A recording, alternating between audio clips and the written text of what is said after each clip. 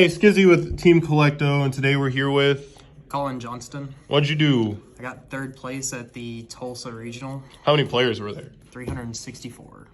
Cool, and what'd you play? I played home Eldlich. Let's see what you got. Alright, starting with the monsters. 2 Eldlich the Golden Lord. Self-explanatory. Don't want to ever see 3 of them.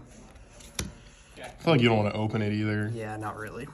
And then this was just a sleeper MVP card. Lord of the Heavenly Prison. Yeah, just going second, revealing this, and then playing into DPE. It's just solid. They can't pop anything. And it lets you get some of your floodgates to stick. Then next off, for the spells, we played Triple Cursed Eldlich. There's some situations where you do want to see Lord, and that's mostly when you're going second. And this is just... They don't want to pop this with DPE because you just plus off of it. So you can just search the Lord and then force the DPE. And then for the last spells, we played... Triple Extrav. Draw 2 is just good. Yeah. Especially with traps. Right here. Yeah, you just want to see more traps. And out-tempo. Yeah, the difference between like this and Prosperity and something like that is like you don't care about your extra deck, and the draw 2 is so much better than one specific card. Yeah, exactly. Now for the Cyverse Eldlich, I probably would have played Prosperities for, but we're not doing that. Next up for the hefty amount of traps, let's start with the Triple Scarlet, Triple Conch, and Double Hawk Arrow. I feel like this is standard. Yeah, it's standard. Not much else to say about it, in all honesty. Then we've got, for the Floodgates, Triple Skill Drain and Triple Gozen. Sick. Just kills Pranks. Pranks is the deck this format. I will say I was playing in this regional, I was playing Pranks, and I got my invite, and like one of the only 2 matches I lost all day was to this card. Like you just can't play through it. Yeah, I flipped it against Sword Soul. I flipped it against 2 or 3 Pranks, Plunder Adventure. It's just, it gets you there. It alone is just so strong. And then we played quite a bit of normal traps. We've got Triple Torrential, Triple Needle Sealing, Double Ice Dragon's Prison, Double Punishment, and 2 Trap Trick. So the idea behind Trap Trick was just to see more copies of these and more copies of the Scarlet. But it's just whatever you needed for the situation. Most of the time it was either one of these 2. I think the sleeper card for your traps, though, might be Needle Sealing. That card is good. It's good. It just breaks boards. It's good against, I feel like, Pranks specifically, where they just keep floating and summoning and sitting on stuff. Yeah, actually, these were better against Pranks, just taking out the 1, and then they couldn't play. And then last 6 cards were the 3 Solemn Strike and the 3 Solemn Judgment. There's a point in time where I had one of these set, and I could have my opponent activated Solemn Judgment to negate my Cursed Eldlich, because they knew if I grabbed Eldlich, then I was getting into Gustav Max. So I didn't activate mine. I just resolved Lord of the Heavenly Prison because he doesn't say it has to be your set card that activates. It's just a set card, set card. And you get to summon or set anything. That's only if he's revealed.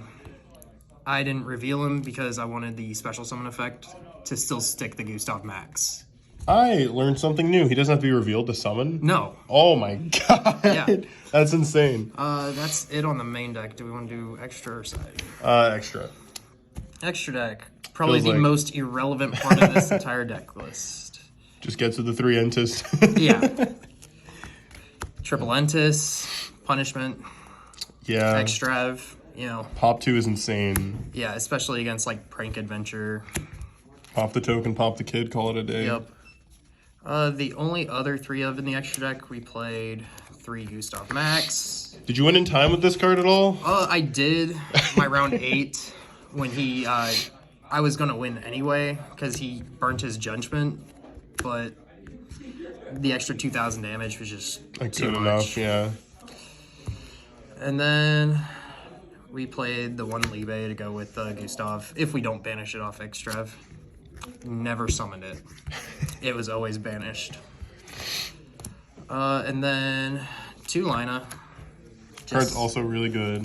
Yeah, I think I stole an Ecclesia with it, and a Ghost Ogre, and an Effect Veiler all weekend, but nothing like too impactful that I stole. And then for the one-ofs of the extra deck, Link Spider and Imduck. This should have been a second Link Spider. I just didn't realize I loaned out One of them. all my Link Spiders. So it worked. You got third place. So they do the same thing. They get rid of a golden land. And then a little foreshadowing into my sideboard. We've got Starving Venom, Weather Washer. I summoned this once against the Prank Kid guy and went to battle phase and attacked his Weather Washer, so he couldn't chain his Weather Washer to tribute out. Oh yeah. That was just a misplay on his part. Throwback to the YCS finals where the dude didn't know he couldn't respond to the attack. Yep.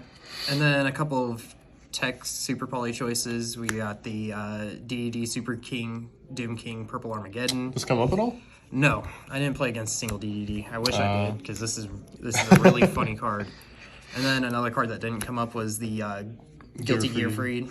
It's just for base. You Super Poly away the Baron and DPE. And let's see that side. And then the side, the non-optimal sideboard. We played triple Inspector Border. Really good against Fluunderies. They just cannot play under it. They have to burn their Book of Moon or just not play. Yeah, essentially. Triple Lancia. This was the only hand trap I played just because I was scared of evenly matched. And I also...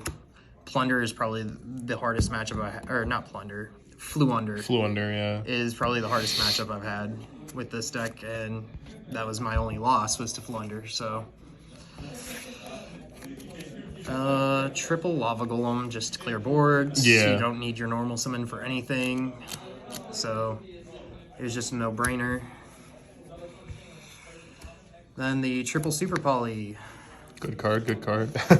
I just all weekend I sighted in against Prank Kids, made a Weather Washer, and against my final opponent, round 9, game 2, he had Judgmented, he Verte Anaconda, summoned DPE, he had no cards left in hand, he had a set Pandemonium I knew about, and I'm like, Super Poly, get rid of them both for the starting Venom, and that, I felt bad.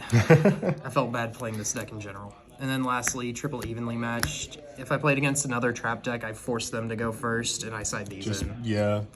And then at worst, you set 5, like, sure. Yeah, exactly. My round 8, I was against Altergeist in game 3. I saw this one, yeah. I made him go first.